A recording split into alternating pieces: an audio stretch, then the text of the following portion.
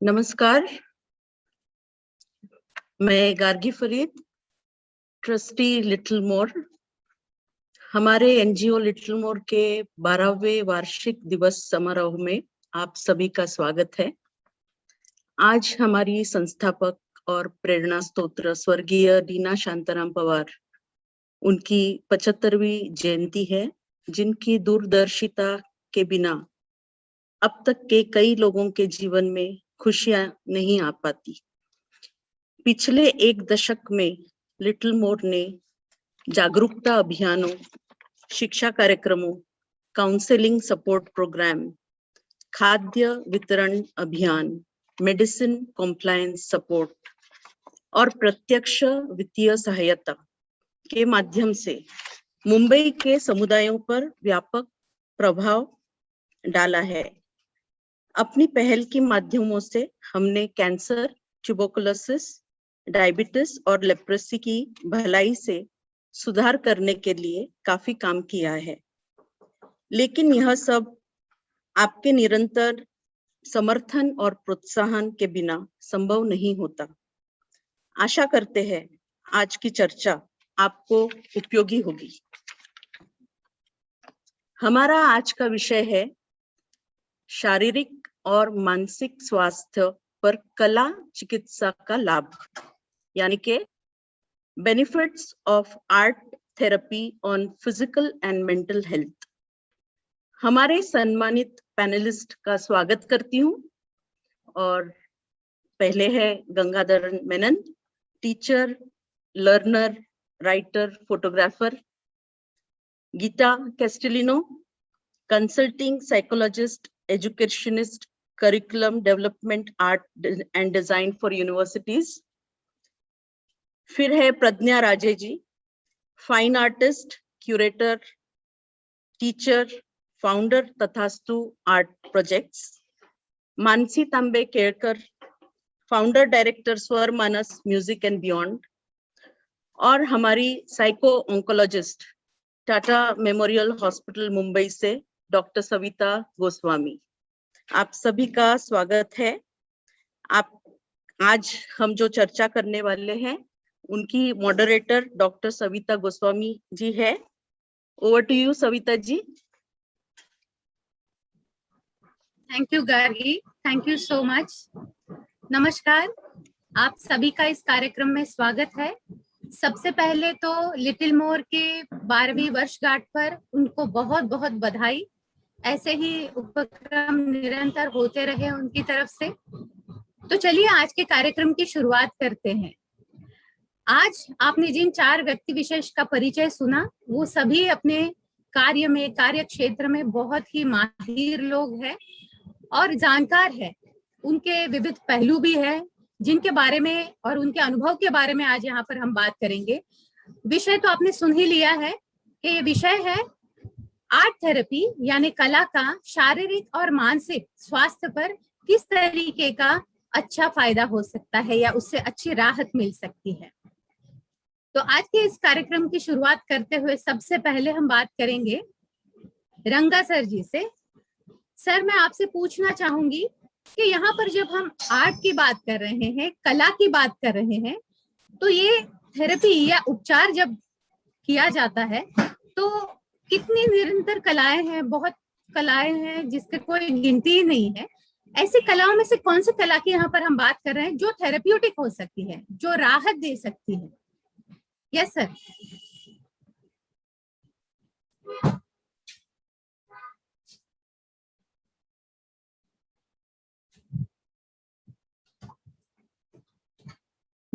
Sir, आप अपने आप को अनम्यूट कर दीजिए सर।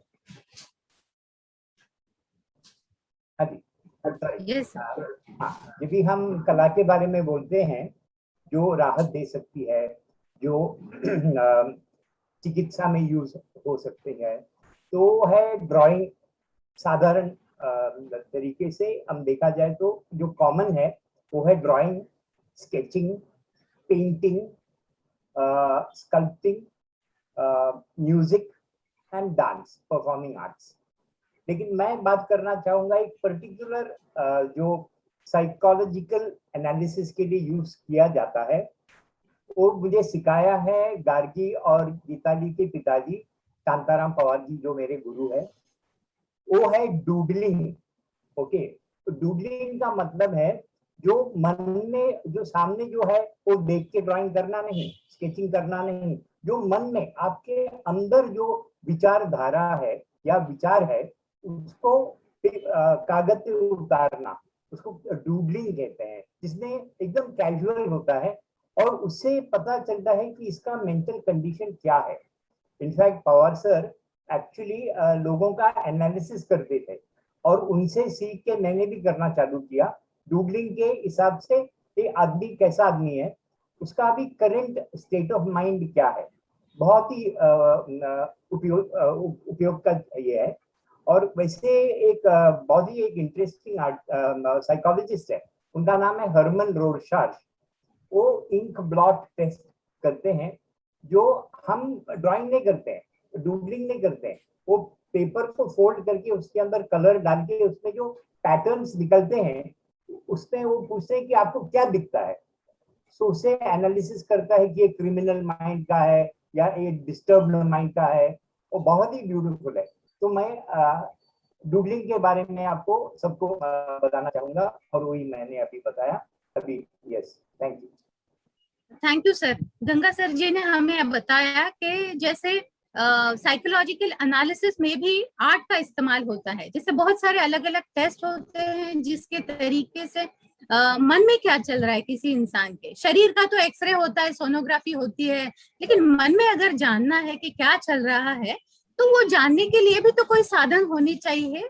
और आर्ट मुझे लगता है जैसे सर ने बताया कि अलग अलग जो जैसे इंक ब्लॉट टेस्ट है या हाउस ट्री एंड पर्सन है, ड्रॉ पर्सन है, ये सारे जो टेस्ट है साइकोलॉजिकल टेस्ट, ये कहीं ना कहीं आर्ट से जुड़े हुए हैं। और अभी मैं पूछना चाहूंगी गीता जी से, जो खुद एक साइकोलॉजिस्ट है और उन्होंने अपने अनुभव में बहुत सारे ऐसे अलग अलग घटकों के साथ काम किया है। तो कभी भी हम आर्ट और थेरेपी की बात करते हैं तो ये कोई इंस्टेंट बात नहीं होती, ये तो एक प्रोसेस होती है। तो गीता मैम हमें बताइए कि क्या होता है ये साइकोलॉजिकल प्रोसेस और कैसे फिर इसका बेनिफिट होता है। जैसे सर ने अभी बताया कि आर्ट के अलग अलग फॉर्म्स, मैं भी वही कहूंगी कि ड्राइंग है, पेंटिंग है, क्ले मॉडलिंग है, स्कल्पटिंग है और परफॉर्मिंग आर्ट्स भी, मतलब म्यूजिक है, डांस है, ड्रामा है। इन चीजों से जो एक्सप्रेशंस हमारे आते हैं, मन से जो आते हैं, वो बाहर निकालना, वो बाकी लोगों को समझने के लिए, बहुत बार ऐसे होता है कि वर्बल कम्युनिकेशन, जिसको हम बोलते हैं कि मौखिक जो संवाद होता है, बहुत लोगों को कम समझता है कि हम कैसे बात करें और दूसरों तक वो बात पहुंचाए।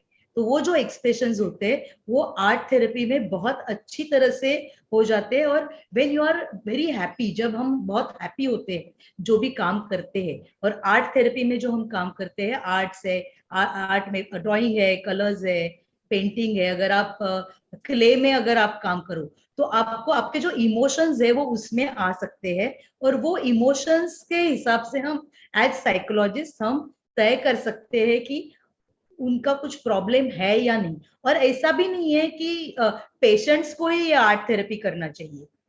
मुझे लगता है किसी भी नॉर्मल पर्सन को ये करना बहुत ही जरूरी है। मैं खुद वो एक्सपीरियंस करती हूँ, क्योंकि जैसे मैं अलग अलग फील्ड्स में काम कर रही हूँ, तो मुझे वो आर्ट थेरेपी बहुत अच्छी लगती है कि somewhere you can relieve your stress there. तो वो जो स्ट्रेस है वो निकालने के लिए बहुत आवश्यकता है। और ये जो स्ट्रेस लेवल है ये बहुत अलग अलग लोगों में, अगर पेशेंट्स में देखा जाए तो प्रॉब्लम्स अलग अलग है उनके।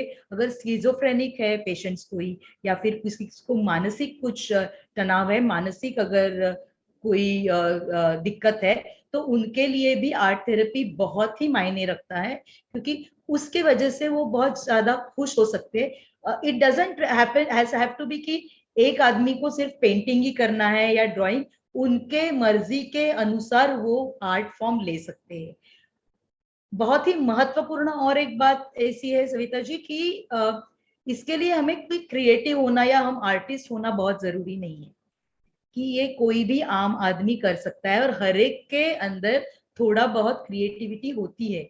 और जब हम खुश है, दैट इज मोर इम्पोर्टेंट कि हम खुश होना और हम खुश होके अगर हम खुद सेटिस्फाई हो रहे हैं तो इट डज नॉट मैटर कि लोग कौन सा कलर क्या बोल रहे हैं या आप क्या ड्रॉ कर रहे हो, इससे कुछ दिक्कत नहीं आती। हमें समझने के लिए ज्यादा अच्छा आसान पड़ता है जब भी एक पेशेंट को या एक बच्चे को हम देखते हैं कि क्या ड्रॉ कर रहा है, क्या स्कल्प्ट कर रहा है, तो उसके माध्यम से हम वो सोचते हैं कि कैसे कर सकते हैं। प्रिजनर्स है जैसे कैदी जो जेल में होते हैं, उनके लिए बहुत ही आर्ट थेरेपी मायने रखता है। और साइकोलॉजिस्ट के लिए इनफैक्ट उन्होंने वो अपॉइंट कर लेते हैं जेल्स में कि प्रिजनर्स के पास से वो आर्ट थेरेपी करवा के उनका दृष्टिकोण बदलने की कोशिश, उनकी पॉजिटिविटी ज्यादा से ज्यादा बढ़ने के लिए, उनके जो विचार है वो विचार ज्यादा से ज्यादा अच्छी तरह से उनकी भावना प्रकट करने के लिए आर्ट थेरेपी का बहुत अच्छी तरह से उपयोग किया जाता है। ऑटिस्टिक जो चिल्ड्रन है उनके लिए भी वो बहुत अच्छे मायने रखता है। जो डिमेंशिया बोलते हैं या जिसको हम नींद के लिए हमें कभी कभी बहुत प्रॉब्लम आ जाता है, या फिर डिमेंशिया मतलब जो आदत होती है कि जहाँ पर हम लोग भूल जाते हैं कोई चीजें, तो उसके लिए बहुत ही मायने रखता है आर्ट थेरेपी। क्योंकि जब हम खुश हो जाते हैं तभी there is a chemical secretion in our body which gives its way, and because of that बहुत बार हम लोग खुश होने की वजह से हम ज्यादा से ज्यादा हम एक्सप्रेस कर सकते हैं। और वो एक्सप्रेस करने के बाद जो मानसोपचार करने वाले हैं उनके ऊपर, तो उनको समझ में आता है कि वो कैसे उनसे डील करे और उनसे ट्रीट कर सके। थैंक यू गीता जी। आपने 2-3 बहुत अच्छे मुद्दे आए आपके बात से, और वो सबसे पहला ये कि भला परफॉर्मिंग आर्ट हो या एक्सप्रेसिव आर्ट हो, तो दोनों ही तरीके के आर्ट फॉर्म्स जो है या किसी भी आर्ट फॉर्म की वजह से हमारे इमोशंस को आउटलेट मिलता है। ये एक बहुत जरूरी बात आपने कही। दूसरी बात आपने कही कि it's not for one particular section, हर किसी के लिए आर्ट का एक अपना इम्पोर्टेंस है। और जबकि नॉर्मली भी हमारे लाइफ में ये एक प्रयास होना चाहिए कि हम कोई ना कोई आर्ट फॉर्म से कनेक्टेड रहे, क्योंकि डेली लाइफ में भी तो कोई कम स्ट्रेस नहीं है हमारे। और जैसे कि ये पैंडेमिक में हम सबने अनुभव किया है कि स्ट्रेस क्या होता है, और तभी फेसबुक के इतने सारे अलग अलग पोस्ट आते थे, लोग क्या क्या अलग चीजें भी कर रहे थे ट्राई आउट। तो आई think that is one way of coping with their own problems. दूसरा एक बहुत जरूरी बात आपने कही कि डिफरेंट सेक्शंस और डिफरेंटली चैलेंज जो लोग हैं उनके लिए भी ये बहुत मायने रखता है। फिर उसमें साइकियाट्रिक पेशेंट्स हो, प्रिजनर्स हो या कोई और प्रॉब्लम्स हो, तो ये कुछ मुद्दे आई थिंक हाईलाइट करना बहुत ही जरूरी है। जो हमारे दर्शक देख रहे हैं, कृपया आप जरूर इस बात का ध्यान रखें कि ये कौन से जो मुद्दे हैं आपको उसके ऊपर आगे प्रश्न पूछने हैं, क्योंकि आप हमसे एक्टिवली कनेक्टेड रह सकते हैं by sending your questions, comments and feedback. So let's move on. Pragya ji, मैं आपसे बात करना चाहूंगी आगे। आप खुद एक बहुत अच्छी कलाकार है, ड्राइंग, पेंटिंग, ये इसमें आप प्रामुख्य से अपना जो आपकी स्ट्रेंथ है, तो आप क्या कहेंगी कि ये जो कलाएं हैं, ये कला कैसे हेल्प करती है बच्चों में हो या बड़ों में हो, ये कैसे एक हमें राहत देती है या बेनिफिट होता है इससे?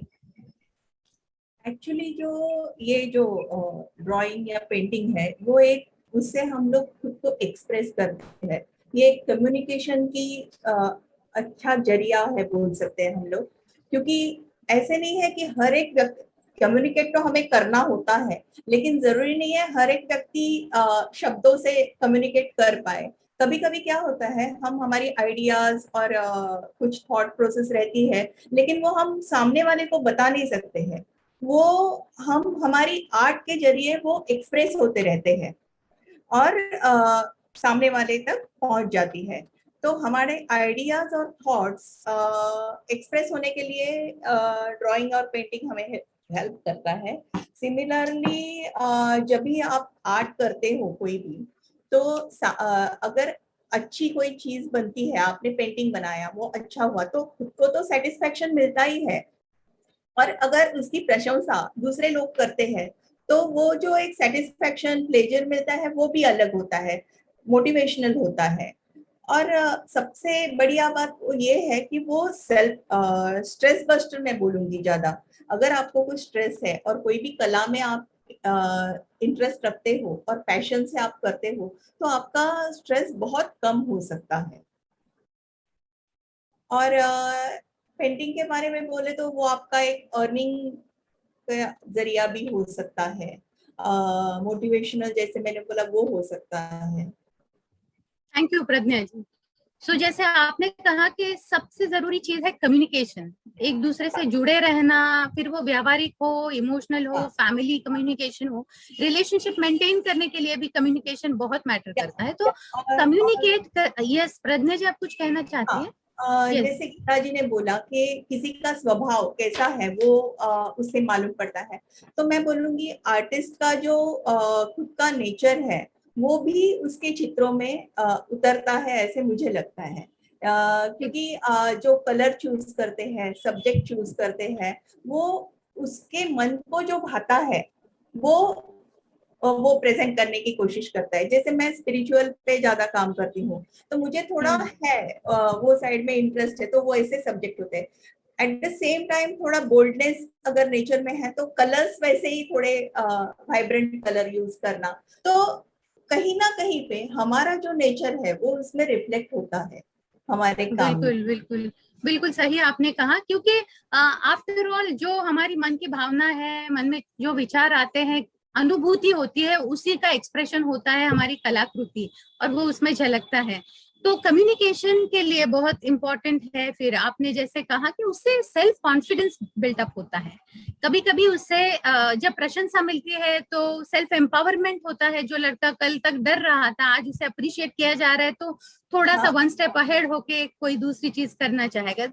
Very important point I think कि आर्ट जो है ये अपने एग्जिस्टेंस को ढूंढने में बहुत ज्यादा मदद करता है, खुद को ढूंढने में, खुद को जानने के लिए बहुत ज्यादा मदद करता है। Very nice, very nice. ये आप सभी दर्शक सुन रहे होंगे कि इनका जो एक्सपीरियंस है, हमारे जो स्पीकर्स हैं, उन्होंने जो आज तक काम किया है, हर कोई आर्ट से रिलेटेड है। तो उनके एक्सपीरियंस से हम जान रहे हैं कि आर्ट जो है वो हमें कैसे राहत दे सकता है और हमारे लिए मददगार साबित हो सकता है। चलिए मानसी जी से बात करते हैं। मानसी जी, आप तो आप हमेशा छा जाती है जब भी गाती हैं, और गाना यानी जब भी किसी को हम कहते हैं कि गाओ, तो वो कहते हैं नहीं नहीं मेरी आवाज अच्छी नहीं है, मैं नहीं गा पाऊंगा वगैरह वगैरह। तो जब किसी की आवाज अच्छी ना हो या फिर रागदारी और ट्रेनिंग ना हो, तो भला कोई कैसे संगीत से राहत पाए? ये तो बिल्कुल सही है कि संगीत जो है, ये जानी मानी फैक्ट है कि संगीत जो है एविडेंस बेस्ड थेरेपी है। इसके ऊपर बहुत रिसर्च हुआ है, it's evidence based therapy, known है कि ये तो डेफिनेटली रिलीफ देती है। बट कैसे, अगर मुझे गाना है, मेरी आवाज अच्छी नहीं, तो कैसे ये मैं करूं? आप बताइए। ओके, पहले तो आपकी आवाज बहुत अच्छी है, और बेसिकली जैसे गीता जी ने, मैं बहुत सहमत हूँ गीता जी से कि खुश रहना बहुत इंपॉर्टेंट है। तो उसके लिए रागदारी या अच्छी आवाज होना जरूरी बिल्कुल नहीं है। और मेरे ख्याल से मेरी भी आवाज बिल्कुल अच्छी नहीं है, क्योंकि मेरी mummy is a playback singer and मेरी आवाज इज एन ऑर्डिनरी वॉइस, क्योंकि मुझे अस्थमा की बीमारी थी। पर जब से मैंने गाना चालू किया, मैं खुद एक एग्जाम्पल हूँ कि because of right breathing techniques और ये सब के वजह से मेरा अस्थमा पूरा गया। और सेकेंडली, अगर सामान्य आदमी या सामान्य स्टूडेंट, अगर उनको शिक्षण की, जैसे शिक्षा की जरूरी है, तो वैसे ही सामान्य आवाज की व्यक्ति या जिनको अच्छा आवाज नहीं है, तो वो भी गाने के लिए उनका भी गाने का हक है, उनको बेसिकली गाने का हक है, ऐसे मैं मानती हूँ। एंड गाना इज ऑल अबाउट कॉपिंग। अगर परफेक्ट कॉपी कर दे हो, क्योंकि जैसे अभी लता जी ने और आशा जी ने इतना बड़ा करके रखा है, इतनी बड़ी हस्ती आया है, तो उन्होंने म्यूजिक डायरेक्टर का जो कुछ सुना था कि ये जो मुझे गाना ऐसा आना जरूरी है, तो वो उन्होंने कॉपी किया है और उसमें भाव डाल के वो गाना गोल्डन कर दिया है। तो it is all about expressive singing and not about रागदारी ओनली। रागदारी कब, ओके, आपको जब भी प्लेबैक सिंगर बनना है तो रागदारी इज डेफिनेटली नेसेसरी।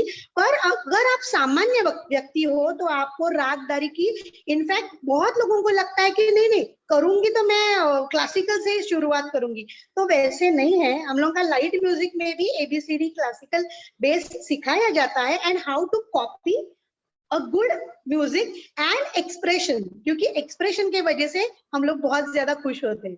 छोटा बच्चा भी एक्सप्रेशन देता है, तो we need to be expressive, right. और बहुत बार ये देखा गया है कि लोग क्लासिकल गाते हैं या नॉर्मल गाना भी गाते हैं तो भी एकदम मुंह एकदम सीधा करके गाते हैं।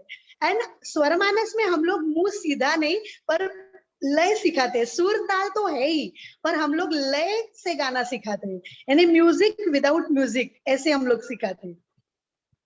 तो बिंदास गाओ, सामान्य व्यक्ति हो या आवाज अच्छी ना हो, आप लोग बिंदास गा सकते हो। स्वरमानस आपके लिए एक्चुअली स्वागत करता है आपका।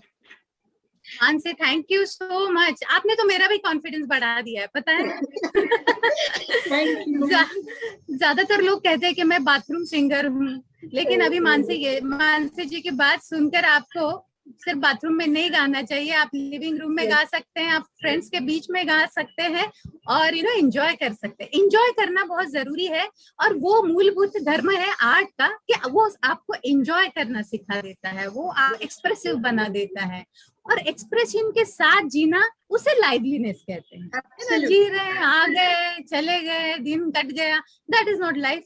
लाइफ शुड बी लाइवली, और लाइवलीनेस तभी आता है जब हम फील करते हैं इमोशन के साथ। यस, वंडरफुल, बहुत अच्छा चल रहा है हमारा ये डिस्कशन, मुझे खुद बहुत मजा आ रहा है, इतने अच्छे अच्छे पॉइंट्स आ रहे हैं। आई होप हमारे दर्शक भी बहुत अच्छे से एंजॉय कर रहे होंगे। गंगा सर, फिर से मैं आपकी तरफ आऊंगी और आपको मैं पूछना चाहती हूँ सर, आपको देखकर ये ऋषितुल्य इमेज जो है आपकी, वो देख के मन पवित्र हो जाता है। एक संजीदापन है आपको तरफ देख के, ऐसा वो फीलिंग आ जाता है। तो सर, आपने तो जैसे निसर्ग से रिलेटेड, सृष्टि से रिलेटेड बहुत सारे एलिमेंट्स के साथ काम किया है और आप टीचर रह चुके हैं। तो teaching itself is an art, और आपने अपने स्टूडेंट्स को एनिमल्स, बर्ड्स और नेचर के अलग अलग एलिमेंट्स के साथ कला सिखाई है।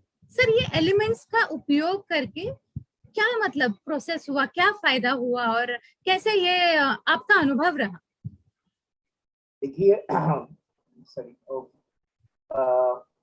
बच्चों को एक सबसे अच्छा थेरेपी है बच्चों को पिकनिक नहीं, नेचर वॉक में ले जाना। तो वहां पे जो जुड़ते हैं नेचर से, पक्षी हो, पत्ते हो, फूल हो, जो भी हो, वो जो कनेक्शन आ जाता है ना, तो वो कायम का रहता है। तो if you want to save the forest of India और the world, you have to make your children connected with nature. वो बुक में दिखा के, फोटो दिखा के वो नहीं होता है, आपको उनको लेके जाना पड़ेगा। और टीचर और आर्ट थेरेपी का मैं आपको एक बहुत इंटरेस्टिंग एग्जांपल, मेरा खुद का नहीं है, इंडिया का one of the greatest painters is H.S. रजा, सैयद हैदर रजा। ये जब भी स्कूल में थे, he had a like an autistic child, he had a problem, he had attention deficiency, continuously concentrate नहीं कर पाते थे कुछ भी चीजों पे, और वो हाइपर एक्टिव रहता था। तो उनका टीचर ने जो किया एक आर्ट थेरेपी, उनको मालूम भी नहीं था कि वो आर्ट थेरेपी कर रहे हैं। I am talking about Raza is no more, he died at the age of 85। When he was in school, that was around 75 years ago, a teacher on a black board put a dot with a white chalk, बोला रजा इधर देखो, and that boy would constantly stare at that dot, okay, and his attention would be focused. It is one of the finest art therapy sessions I have heard about. And what happened was, later Raza, when he started painting and became one of the greatest painters of India, his main point was Bindu, or that dot which his teacher put dong back, and his entire painting, 50 years, he painted circles and dots and geometric forms, starting with that one dot. In fact, there is a very interesting book, his autobiography is called Bindu, and it is about art therapy. Yeah, thank you. Thank you sir, thank you. आपका अनुभव आपने बहुत अच्छे शब्दों में बताया, और उसमें से जो आपने जो एग्जाम्पल बताया अबाउट अटेंशन डेफिसिट डिसऑर्डर के बारे में, तो मैंने भी अपनी प्रैक्टिस में ये देखा है कि ADHD के साथ अगर आप आर्ट प्रैक्टिस करो as a therapy, it really works, it really show wonders. एक तो जैसे सर ने कहा कि वो जो बच्चे हैं उन्हें एक जगह बिठाना और कॉन्सेंट्रेट, एकाग्रता बढ़ाने के लिए आर्ट का बहुत उपयोग होता है। और कहीं ना कहीं, और डॉट पेंटिंग की सर ने बात की तो medulloblastoma is one of the disorder जो ब्रेन ट्यूमर होता है। तो हमने इस ब्रेन ट्यूमर के लिए डॉट पेंटिंग या डॉट पेंटिंग स्टाइल के कुछ वर्कशॉप किए थे। And it really like was amazing कि ये जो बच्चे जिनको न्यूरोमस्कुलर कोऑर्डिनेशन थोड़ा कम होता है, कॉग्निटिव डेफिसिट्स ज्यादा होते हैं, ऐसी स्थिति में भी उन्होंने बहुत अच्छा डॉट पेंटिंग किया था and they were very happy about it. Again that happiness was very important, जिससे उनका सेल्फ कॉन्फिडेंस बढ़ा। Thank you so much sir. So Geeta ji, इसी नोट पर मैं आपसे पूछना चाहूंगी कि जैसे आप भी कलर्स, क्ले, इन सब के साथ मिलकर बच्चों के साथ काम कर चुकी है, how does these element become therapeutic in whole process of art and rejuvenating the whole experience? मैं न्यूरोलिंग्विस्टिक प्रोग्रामिंग के साथ बच्चों के साथ काम करती हूँ ज्यादा, और उसमें आर्ट थेरेपी का बहुत ही महत्व लगता है मुझे, क्योंकि एक तो आत्म परीक्षण और सेल्फ एस्टीम जिसको बोलते हैं कि आत्म संवर्धन, उसके लिए भी बहुत जरूरी होता है उन्हें बताना कि आप लोग जो कर रहे हो बहुत अच्छे तरीके से कर रहे हो। At the same time art therapy से और क्या हो जाता है कि मैं जब भी काउंसिल करती हूँ या मैं एज अ साइकोलॉजिस्ट जब भी मैं उनसे बात करती हूँ, छोटे बच्चों से एक्सप्रेशंस लाना, उनको अपने साथ अपना ऊपर ट्रस्ट पैदा करना बहुत मुश्किल हो जाता है कभी कभी, specially when I do mental and physical abuse for children. तो ये टाइम में बहुत बार मुझे लगता है कि क्ले थेरेपी बहुत काम आती है, क्ले थेरेपी। और मैं और बात करना चाहूंगी कि अपने बहुत ऑडियंसेस में बहुत सारी लेडीज भी होगी, तो अगर कभी गुस्सा है अपने में तो आप आटा भी ले लो, चलेगा, लेकिन आटे से भी आप जब भी चपाती बना रहे हो तो आप वो आटा लेके उसको भी आप जब भी भून रहे हो तभी भी ऑल योर एक्सप्रेशंस, जितना एंगर है वो सब अपना निकल जाता है। And when I see this clay therapy और आर्ट थेरेपी में, जब मैं, जैसे सर ने भी कहा कि जैसे पवार सर, वो मेरे भी प्रोफेसर थे, जो उन्होंने जो सिखाया है आर्ट रिलेटेड, तो मुझे लगता है कि जब हम ये सब चीजें ये बच्चों से समझ लेते हैं कि उन्होंने जो कलर्स यूज किए, जो फॉर्म्स यूज किए हैं वो ड्राइंग्स में, या फिर वो जो कुछ भी क्ले के माध्यम से जो मोटिव्स तैयार करते हैं, जो भी वस्तुएं निर्माण करते हैं, उससे हमें बहुत कुछ सीखने मिलता है कि उनका दिमाग कैसे चल रहा है, और वो दिमाग के हिसाब से हम उनको क्या प्रॉब्लम्स है, वो कितने डिस्टर्ब्ड है वो भी समझ में आ सकता है। और उस तरीके से फिर हम न्यूरोलिंग्विस्टिक प्रोग्रामिंग और काउंसलिंग से उन्हें अच्छी तरह से वो पूरे जो घटनाएं हैं उससे बाहर निकालने की कोशिश करते हैं। तो ये गीता जी यहाँ पर सॉरी सो गीता जी यहाँ पर और एक चीज है, जैसे बहुत सारे पेरेंट्स अभी हमारे साथ जुड़े होंगे, तो बच्चे क्ले, कलर्स, मतलब बच्चों को तो वो वॉल पे ऐसे स्क्रिबल करना, ये सारी चीजें बहुत पसंद है, बट कई बार उनपे तो रोक टोक होती है कि नहीं इधर मत करो, यहाँ मत खराब करो, पसारा मत करो। ये सारी चीजें जो है ना, ये बहुत बच्चों की जो एक्सप्रेशन है उसको रिस्ट्रिक्ट कर देती है। तो आप इसके बारे में भी जरूर कुछ कहिए ताकि हमारे पेरेंट्स को भी पता चले। रिस्ट्रिक्शंस डेफिनेटली नहीं डालने चाहिए। इनफैक्ट आज सुबह ही मेरी किसी से मुलाकात हुई और उनसे काउंसिल कर रही थी, और वो लेडी वही बोल रही थी कि बहुत खराब कर देते हैं कलर्स से, सब पूरा जमीन खराब हो जाता है। कभी कभी जिनके पास बहुत बड़े घर है उनके लिए तो मुझे लगता है बिल्कुल ही प्रॉब्लम नहीं आना चाहिए, लेकिन और एक कर सकते हैं कि आप, आपका कितना भी छोटा सा घर हो, एक छोटा सा वॉल आप अपने बच्चों के लिए रखो, और जो भी आर्ट है करने दो उनको। This is more like an exhibition, आप उसको आर्ट गैलरी बोल दीजिए कि रोज कुछ अलग अलग करेंगे, रोज वहां पर शायद ऑयल पेस्टल्स यूज करेंगे, कलर्स यूज करेंगे, जितने कलर्स यूज करेंगे, जो भी करना है करने दीजिए। कितना 2 साल 3 साल में, और अलग अलग आपकी वो जितनी वॉल है, मुझे लगता है बाकी के वॉल से वो ज्यादा आपको कलरफुल दिखने लगती है। और वो जो है वो उनके जो एक्सप्रेशंस है वो जाने के बाद, वो जो उनका आर्ट है वो आने के बाद, वो खुद घर में भी बहुत खुश रहते हैं बच्चे। तो बहुत मायने रखता है कि रिस्ट्रिक्ट नहीं करे, या फिर आप बड़े बड़े उनको न्यूज़पेपर्स दे दो और बिछा दो वो जमीन पे और बोल दो अभी जो करना है करो, उसके ऊपर कुछ फर्क नहीं पड़ता अपने। और उसमें पैसा भी ज्यादा नहीं जाता है। मुझे लगता है कि आप नेचुरल कलर से, अगर हल्दी दे दो उनको, बीट रूट दे दो, ये जो चीजें, इनसे भी नेचुरल कलर्स आएंगे आपको। ऐसे भी नहीं है कि केमिकल से उनके हाथ खराब हो जाएंगे। तो आप नेचुरल कलर्स से लेके भी कर सकते हो, और उससे in fact they will be more nature friendly, तो वो भी हो सकता है। मुझे लगता है सेल्फ एस्टीम के लिए बहुत ही मायने रखता है। और दैनंदिन जीवन में हमारे पास इतने, मतलब हम लोग इंसेन हो जाते हैं, कितने पागल हो जाते हैं। तो to remain same in society we need to do something and we need to be happy. और वो हम खुद का हैप्पीनेस खुद ही ढूंढ सकते हैं, और खुद अपने फैमिली के लिए भी जरूरी है। जैसे काला घोड़ा आर्ट फेस्टिवल में मैं I am one of the founder members.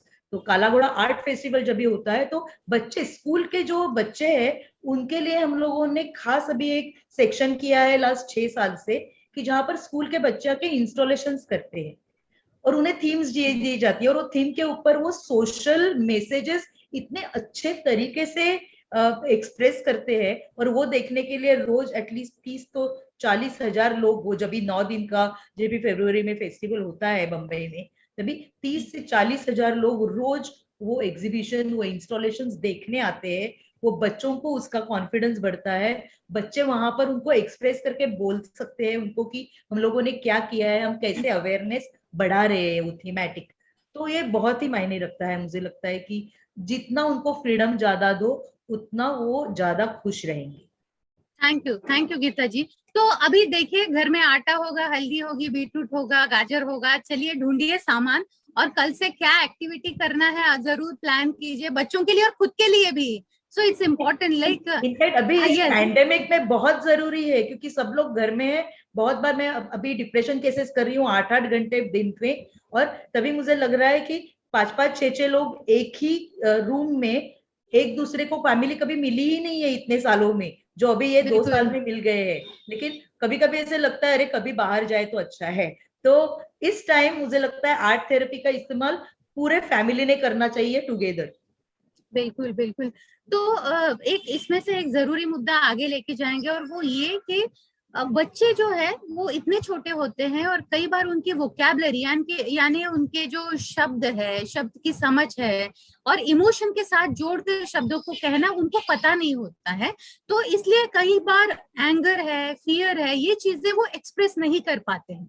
तो ऐसे में क्या है, ये जो आउटलेट है, ये खेलना, ये काटन मतलब पेपर्स कटिंग करना, या फिर रंगों के साथ खेलना, क्ले के साथ खेलना, ये एक आउटलेट हो सकता है। और कभी कभी इसके जरिए भी हमें बहुत सारी चीजें पता चल सकती है, अगर बच्चे में एंगर है या कोई और इमोशंस है।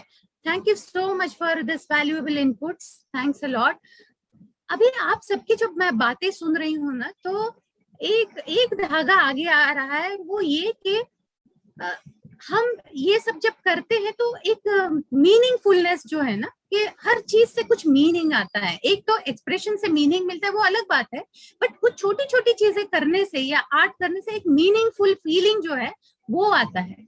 And I think that is something very much related to spirituality. अध्यात्म म्हणजे काय, तर स्वतःचं अध्ययन करणं, आत्म्याचं अध्ययन करणं म्हणजे अध्यात्म. तो अध्ययन करने के लिए अगर फ्रीडम ना हो तो फिर कैसे अध्ययन करें? खुद के इमोशंस, फिर वो डर्टी इमोशंस हो या फिर गुड इमोशंस हो, but if you don't know, how can you deal about it? You have to know about it. तो प्रज्ञा जी, आपने स्पिरिचुअलिटी एंड आर्ट दोनों को जोड़ के एक सीरीज ऑफ पेंटिंग की थे. ये जो अपना पैंडेमिक था उसके दौरान I think you have done this series of spirituality and paintings. तो इसके बारे में ब्रीफली हमें बता दीजिए कि क्या था ये एक्ट जो आपने किया था. मैं ज्यादा करके नर्चरिंग कंसेप्ट पे काम करती हूँ. नर्चरिंग के लिए नेचर से ज्यादा और कोई बेहतर हम एग्जाम्पल नहीं दे सकते हैं. जैसे नेचर हमें खुलकर सब देता है कि झाड़, मेरे बहुत से पेंटिंग में आपने देखा होगा तो एक ट्री रहता है. Nature is the giver, tree भी गिवर है. वो हमें छाया देता है, फल फूल देता है. तो और डिविनिटी ऑफ वुमेन वो एक मेरी कंसेप्ट है। तो ये दोनों को मैंने कंबाइन किया है। जैसे एक स्त्री अपने कुटुंब के लिए सब काम करती है, मीन्स जैसे दुर्गा, सरस्वती, लक्ष्मी जो देवी के रूप है, वो भी मुझे बहुत पहले से थोड़ा उसके बारे में अट्रैक्शन था।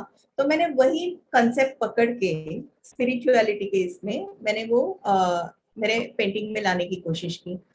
और हर एक स्त्री में वो 3 रूप रहते ही है।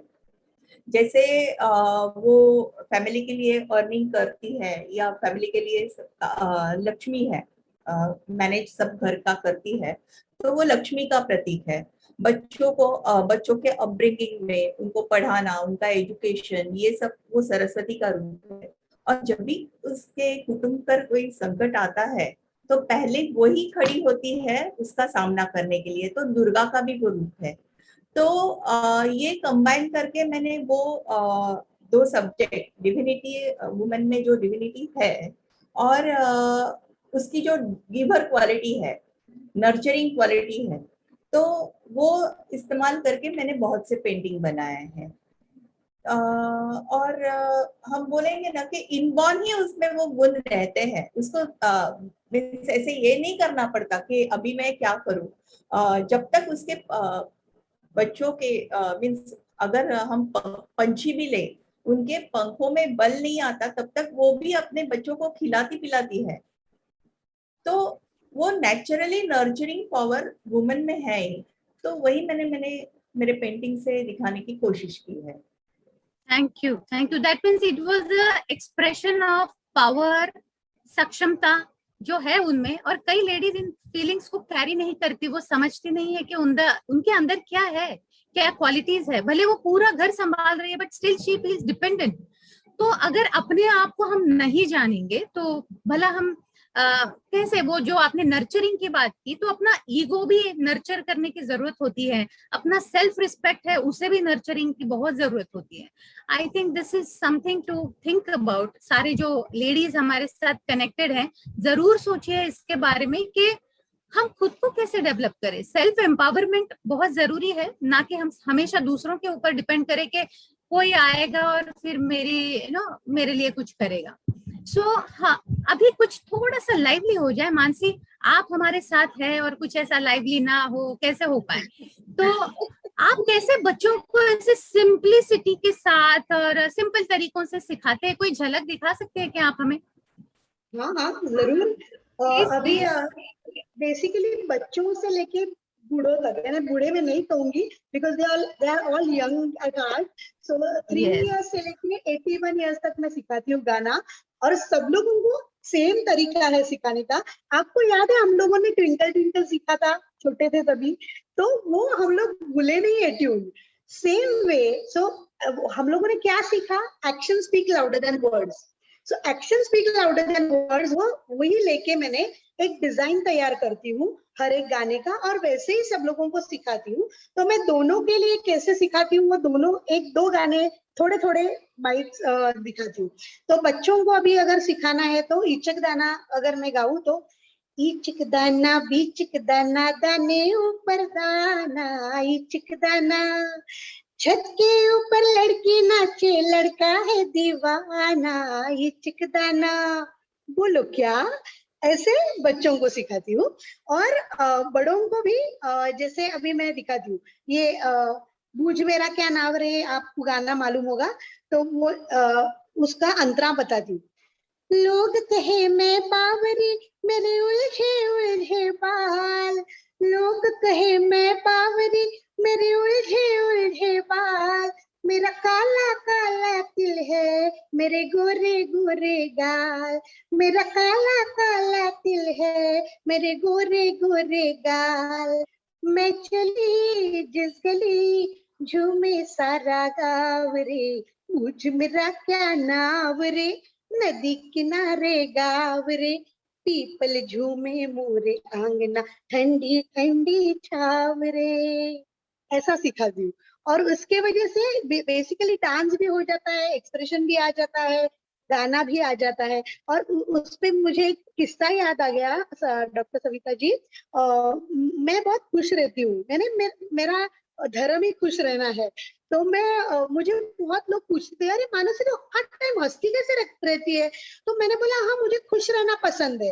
तो मैं बहुत चंचल थी, तो छोटी थी तभी, तो मैंने बहुत सारी चीजें की है, सीखी है। तो डांस अच्छा लगा, डांस किया, एक्टिंग अच्छा लगा, एक्टिंग किया, स्विमिंग किया, साइकिलिंग किया, सब कुछ किया। तो लोग बोलते थे, पर आगे जाके खाएगी क्या? तो जैसे प्रज्ञा जी ने बोला कि nature takes care of everyone, तो वैसे ही हुआ। मुझे गाना एक्चुअली बिल्कुल नहीं करना था, because my mother is a playback singer and I was actually I am a dancer by when passion dance की है ज्यादा। तो वो सबका ब्लेंड किया और गाने का पूरा कॉन्सेप्ट चेंज कर दिया, और इसके लिए बोलती हूँ anybody can sing. Wow, thank you. that's so amazing। आपने हमारा भी स्ट्रेस जो है पूरा निकाल दिया, ये सेशन का स्ट्रेस। अरे बाप रे कैसे होगा, अरे बाप रे कैसे होगा, पूरा स्ट्रेस चला गया। ओके, और हम लोग भी झूम रहे थे बिल्कुल अच्छे से। Very good, wonderful. And please please, मेरी आवाज अच्छी नहीं प्लीज मत बोलिए ऐसा। कितनी अच्छी, वाह, वेरी सुरीली। और आप दूसरों को कनेक्ट कर देती हो। आई think that is the biggest quality you have. Thank you so much, wonderful. तो इस सुरीले सेशन में हम आगे बढ़ते हैं और अभी सर के पास आते हैं। और गीता जी, आप दोनों के लिए मेरा ये सवाल है कि आप दोनों भी वाइडर प्लेटफॉर्म पे आर्ट को लेकर कनेक्टेड है। जैसे सर बहुत सारे स्टूडेंट्स इतने सालों में देख चुके हैं, बड़े बड़े प्लेटफॉर्म से एंड एड एजेंसी के साथ जुड़कर उन्होंने काम किया है। तो जैसे कोई एक एड बनता है तो हजारों लाखों लोग उसको अप्रिशिएट करते हैं या रिएक्ट करते हैं उस पे। वैसे मैडम, थोड़ी देर पहले आपने भी बताया था कि काला घोड़ा festival, it is like a movement today. आज जैसे इट्स अ फेस्टिवल, महा उत्सव होता है। काला घोड़ा फेस्टिवल आया मतलब इट्स लाइक हलचल होती है पूरे कम्युनिटी एंड सोसाइटी में। तो ये जो है, ये कनेक्शन है, it's a bigger and wider connection. तो आर्ट को आप कैसे देखते हैं? लाइक आर्ट की वजह से क्या हम कोई सोशल एटीट्यूडनल चेंज कर सकते हैं? सामाजिक दृष्टिकोण को बदलने में आर्ट कोई बड़ा रोल कर सकता है? इसके बारे में अगर आप कहें तो मुझे लगता है आर्ट को हम सिर्फ स्ट्रेस बस्टर और इस लेवल तक ना रखते हुए, art can make bigger things possible. वो भी हम इस प्लेटफॉर्म पर अगर बोले तो बहुत अच्छा होगा। Please sir, over to you. Yeah, actually, this is Navratri, and firstly सबको नवरात्रि की शुभकामनाएं। मैं एक कविता पढ़ के आपको सुनाना चाहूंगा। एक लेडी ने, एक फिल्म एक्ट्रेस है, तमिल फिल्म एक्ट्रेस, उसने 3 साल पहले विजयदशमी के दिन ये पब्लिश किया था फेसबुक पे। मैं आपको पढ़ के सुनाना चाहता हूँ। छोटी कविता है। अगर इस तरह की कविता अगर सोशल चेंज कर नहीं पाते तो कुछ नहीं कर पाएगा। उतनी सिंपल और डायरेक्ट और पावरफुल है। I read it out. This Vijayadashami, let us take an oath that no Durga will be aborted, no Saraswati will be stopped from going to school, no Lakshmi will have to beg for a living, no Parvati will be sacrificed for dowry, no Rati will have to beg for love, no Sita will have to suffer in silence, and no Kali will be given a tube of fairness cream. Lovely, wonderful. Power है इसमें. If this cannot bring out social change, nothing can. Yeah, this is the power of persuasion, power of words. Yeah, thank you. That is like amazing sir। and आपने बिल्कुल कहा कि अगर इतने powerful words अगर कुछ नहीं कर पाए तो कोई चीज काम नहीं कर सकती है। And really it's so simple, simplicity भी है बट पावरफुल मैसेज भी उसके साथ है कि हर कोई, बिल्कुल ग्रास रूट से लेकर एलिट तक हर कोई समझ सकता है कि what is necessary and what should be taken ahead for the society. Geeta ji, आप क्या कहेंगे? जैसे आपने जिक्र किया कि काला घोड़ा आर्ट फेस्टिवल अभी 23 साल हो गए। 23 साल में से लास्ट ईयर हम लोग नहीं कर सके तो ऑनलाइन किया था, लेकिन उसके पहले के जो सालों में हम लोगों ने भी किया। तो वर्टिकल्स जो है वो ऑलमोस्ट 13 वर्टिकल्स है। उसमें लिटरेचर आता है, डांस, म्यूजिक, इंस्टॉलेशंस होते हैं, विजुअल आर्ट्स होता है, वर्कशॉप्स होते हैं। ये सब के जरिए हम लोग कुछ ना कुछ समाज को देने के लिए कुछ देखते हैं, और हर साल एक थीम होता है।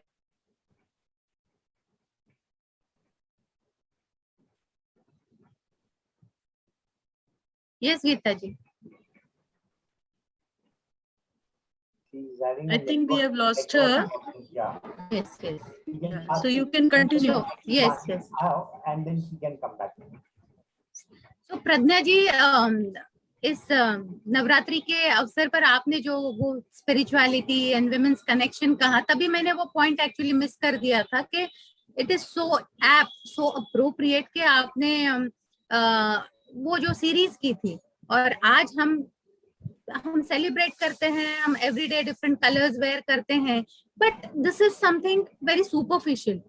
और जो मैसेज आपने दिया था हमें, जो मैसेज आपने उस एक एक्ट के जरिए सबको दिया था उस सीरीज के, और तब हमने आई थिंक हमने पेपर में भी पढ़ा था आपके इस सीरीज के बारे में, तो that was wonderful, that was amazing. और आज के इस मौके पे सर ने भी अभी शुभकामनाएं सबको दी नवरात्रि की, तो हम सब की तरफ से, इस मंच की तरफ से आप सभी को नवरात्रि की बहुत बहुत शुभकामनाएं। तो सबको शुभकामनाएं। Yes yes of course.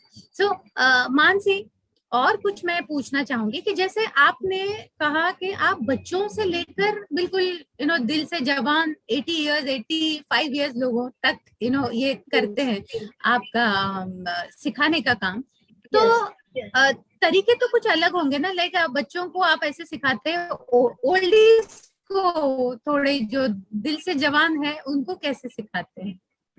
Basically जो मैंने आपको बोला कि गाना ये एक अहम हिस्सा है हमारे लाइफ का, जो हम लोगों को अंत तक साथ देता है। तो आपकी आवाज अच्छी हो ना हो, आपको गाना आता भी ना हो, पर आप सुन तो सकते हो एटलीस्ट, तो वो अंत तक आपको साथ देता है। तो बहुत सारे ऐसे लोग मेरे पास आते हैं जिनके अभी हस्बैंड्स नहीं है, जो सिंगल पेरेंट्स है, तो उन सभी के लिए ये बहुत थेरेप्यूटिक हो जाता है because of my design and dance. तो क्योंकि हम लोग लय में करते हैं, तो म्यूजिक ना भी हो तो उनको ऐसे लगता है कि म्यूजिक है, म्यूजिक नहीं है, वो ऐसे पता नहीं चलता है उन लोगों को। तो वो उसके हिसाब से हमको सिखाती है, और बेसिकली मैं ये करती हूँ कि उन लोगों को मैं जज नहीं करती हूँ कि अरे क्या आपको नहीं आ रहा है, आपको आएगा ही नहीं। मैं हमेशा उल्टा, यानी जो नॉर्मल समाज में हम लोगों ने देखा है कि अरे तुझे तो कुछ आएगा नहीं, क्योंकि मुझे भी लोगों ने बोला है कि तुझे कुछ आएगा नहीं, तो वो मैं नहीं करती हूँ। मैंने ये पूरे लाइफ में इतना ही सीखा है कि मुझे कैसे बिहेव नहीं करना है लोगों के साथ। So I basically I love them, I appreciate them and I accept them as it is. तो उसके वजह से वो ज्यादा कनेक्ट हो जाते हैं, क्योंकि बेसिक हैप्पीनेस इंपॉर्टेंट है। अभी जैसे हम लोग बोलते हैं, अभी कोरोना ने हम लोगों को सिखा दिया कि there is no hierarchy for going passing away. तो बेसिकली हायरार्की से अभी कुछ होता नहीं है, everything is uncertain. So what is important underlines is happiness, that's it. क्योंकि पैसा कोई भी कमाता है मेरे ख्याल से, पर हैप्पीनेस जो है वो ज्यादा कठिन है पाना। तो वो आर्ट के साथ हो सकता है, ऐसे में बिलीव करती हूँ, और एक्सेप्टेंस।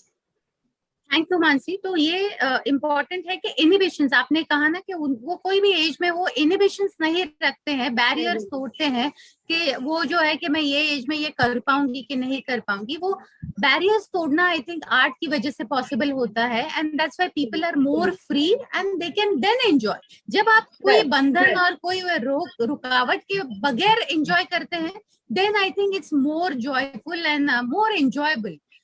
तो अभी हम तो अभी हम थोड़ा सा प्रोग्राम के अंत की तरफ आ रहे हैं, तो आप सबके पास से मुझे बिल्कुल छोटा सा आंसर चाहिए, और वो ये कि आप प्रैक्टिस कर रहे हैं, आर्ट प्रैक्टिस कर रहे हैं, आप डेली इसके साथ जुड़े हुए हैं, तो आपके साथ इसका क्या राहत हुई, या आपको कैसे इसका बेनिफिट हुआ, आपके लाइफ में इससे कैसे बदलाव आया, ये मैं आपसे जानना चाहती हूँ। सर से शुरुआत करते हैं। Yes. सर आप बताएंगे? ओके, आर्ट थेरेपी में मुझे सबसे इंटरेस्टिंग लगा something which I found very recently. It is a Japanese concept. It is called kintsugi, and it is very important. I think all of you, and including me, I have already started practicing it. In Japan, they believe that something is broken, you should join it. For example, you have a beautiful flower vase, it is broken, and what they do is they put all the pieces back together, and the cracks are painted with gold. See, the rejoined piece is more beautiful than the piece which was not broken. तो वो जो concept है कि broken lives जो है उसको join करना and उसको gold से line करना, ये concept है kintsugi. Very, very important concept which I think all of us should practice for ourselves and the broken souls around us. ऐसे मुझे लग रहा है. Thank you sir, that was artistic. Artistically आपने बताया कि कैसे क्या मीनिंगफुल होता है इसमें. Very good, wonderful. तो प्रज्ञा, क्या आप हमें बताएंगे how it makes difference to you? एक तो मेरे क्लासेस में जब भी मैं बच्चों को पढ़ाती हूँ, मीन्स ड्राइंग सिखाती हूँ, तभी वो जो आर्ट करते हैं तो उनका चित्र अच्छा आता है, उनके चेहरे पर जो खुशी आती है उससे हमारी खुशी दुगना हो जाती है. या जैसे मानसी ने बोला, सीखने की कोई उम्र नहीं है. मेरे क्लास में नर्सरी से लेके 75 इयर्स तक के लोगों को मैं सिखाती हूँ आर्ट. तो कभी कभी क्या होता है, हमारा आर्ट किसी ना किसी कारण से पीछे छूटा हुआ होता है, कि हम कर नहीं पाते हैं. ड्राइंग करना होता है, पेंटिंग करना होता है, वो हमारी इच्छा जो है. तो मैंने खुद ने मेरी आर्ट एट एज ऑफ 40 चालू की. तो तभी मुझे लगा कि मेरे जैसे और भी कई लोग होंगे जिनको करने की इच्छा है, लेकिन किसी ना किसी कारण वो रह गया है. आज मेरे तथास्तु के अंडर मेरे जो स्टूडेंट हैं, मीन्स ऐसे ही सब एज ग्रुप आप देखें तो 35 के ऊपर ही है सब, लेकिन उन्होंने कभी आर्ट नहीं किया था, करने की इच्छा थी. आज मैंने उनका एग्जीबिशन करने का सोचा है कि उनको उनके पेंटिंग, वो इतने खुश है क्योंकि आज उनका आर्ट एग्जिबिट होने जा रहा है, तो उनको जो खुशी मिल रही है, सेटिस्फेक्शन मिल रहा है, वो अलग ही है. क्योंकि उनको लग रहा था मैं कभी कर नहीं पाऊंगा, वो बात वो आज कर रहे हैं. और ऐसे नहीं है कि आपका ड्राइंग अच्छा ही होना चाहिए, अगर आपका पैशन है तो आप कर पाते हो. उसके लिए आपकी लाइन सीधी आनी चाहिए, ऐसे नहीं है. अलग अलग नियम होते हैं, अलग अलग ड्राइंग के ये है टेक्निक्स है, उसमें आप काम कर सकते हो. बिल्कुल. Thank you Pragya ji, thank you so much for motivating words कि लोगों को पता चला कि हम स्क्रैच से शुरुआत कर सकते हैं और जितनी कैपेसिटी है जैसे हम कर सकते हैं वैसे. तो उससे मुझे याद आया मंडाला आर्ट्स के बारे में कि अभी हमारे हॉस्पिटल में जब पेशेंट बीमार होते हैं, बेड रिडन होते हैं, तब कैपेसिटी कुछ नहीं होती है, एक्चुअली इच्छा भी नहीं होती है कुछ करने की. तो जैसे मंडाला के दो प्रकार है. एक तो originally you have to draw the whole circle and the design, and the other thing is like there is a sheet of paper where you just have to colour it. तो वो जो simple वाला जो एक design है वो कभी कभी हम उन्हें देते हैं करने के लिए, and they do it and they feel very good about it, क्योंकि कुछ करने की इच्छा नहीं थी तब जाके ये किया. और वो कलरफुल आर्ट जब देखते हैं, और कई बार बूढ़े, जैसे इन्होंने कहा कि very old patients and very fragile patients, when they are able to do this, they feel happy and they then ask more sheets of paper. So कभी-कभी वो छोटी चीजें, and any art form for that matter, कि जो आपको कहीं ना कहीं एक रिलीफ देता है, I think that works. वो आपकी चॉइस है कि आपको क्या चुनना है. तो जैसे गीता जी हमसे अभी भी आई थिंक कनेक्ट नहीं हो पा रही है. मानसी, आप हमें बताइए कि आपके लिए ये क्या मीनिंगफुल है आर्ट? मैं आपको एक ही बताना चाहूंगी कि जब मैं छोटी थी तब मुझे 3 आर्ट आती थी, डांस, गाना और एक्टिंग, और हमेशा वो तीनों ऑर्डिनरी लेवल पे ही रही है. तो मैं हमेशा भगवान से मांगती थी, क्या यार तुमने मुझे तीनों आर्ट ऑर्डिनरी लेवल पे क्यों दिए. तो 27 साल के बाद मुझे, यानी 20 साल के बाद मुझे पता चला कि ये तीनों आर्ट जब ये एक साथ मिलाई जाती है तब वो एक्स्ट्राऑर्डिनरी होती है। And now the purpose of life मुझे मिल गया है कि मुझे I want to give away my knowledge, my positivity to everyone, और यही मेरा हर एक कॉमन आदमी तक मुझे पहुंचना है और मुझे उनको गवाना है और मुझे उनको खुश करना है। ये मेरा पर्पस ऑफ लाइफ मुझे भी मिल गया है। सो मुझे इससे राहत मिली है।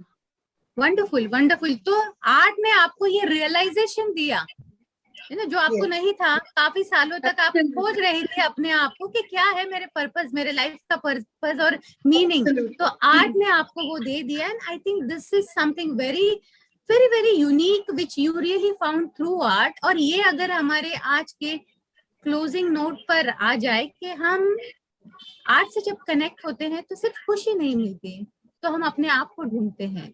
तो कनेक्शन, कॉन्वर्सेशन, कम्युनिकेशन, ये चीजें बहुत इजी लगने लगती है जब हम ये करने लगते हैं। साथ ही रिलैक्सेशन, रिजुविनेशन, खुद को नए से खोजना, that is you know it's like a new me. तो वो भी बहुत एक इम्पोर्टेंट चीज है जो आर्ट करवाता है हमसे। और बहुत इम्पोर्टेंट है emoting of emotions and expression of emotions. जब ये हो जाता है तो वो कभी कभी खाली कर देना, कभी कभी भर लेना अपने आप को, दोनों भी चीजें पॉसिबल हो जाती है। emptying yourself and filling yourself, both things are very important in life. Sometimes you have to unburden, at the same time you have to fill in, you have to feel more and more, you have to take more and more.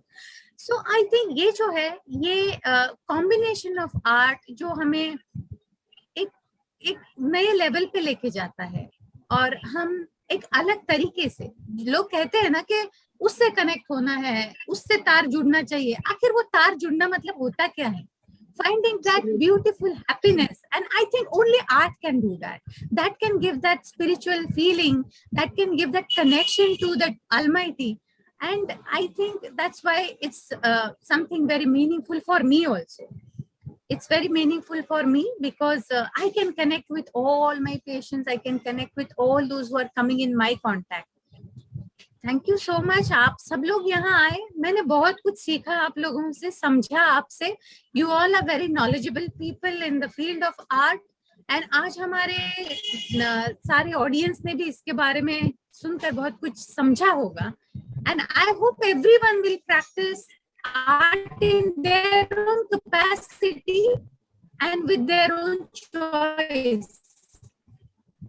तो गीता जी शायद हमसे आज अभी नहीं connect हो पाएंगे, तो I think session, I personally thank all of you for being so open, so transparent and so meaningful in this session.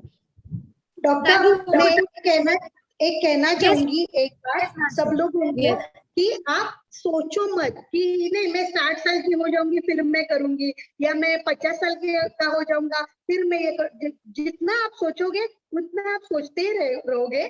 तो प्रायोरिटाइज करो, आपको जो करना है लाइफ में वो प्रायोरिटाइज करो, क्योंकि हम लोगों को मालूम नहीं है कब तक है हम लोग इधर on earth.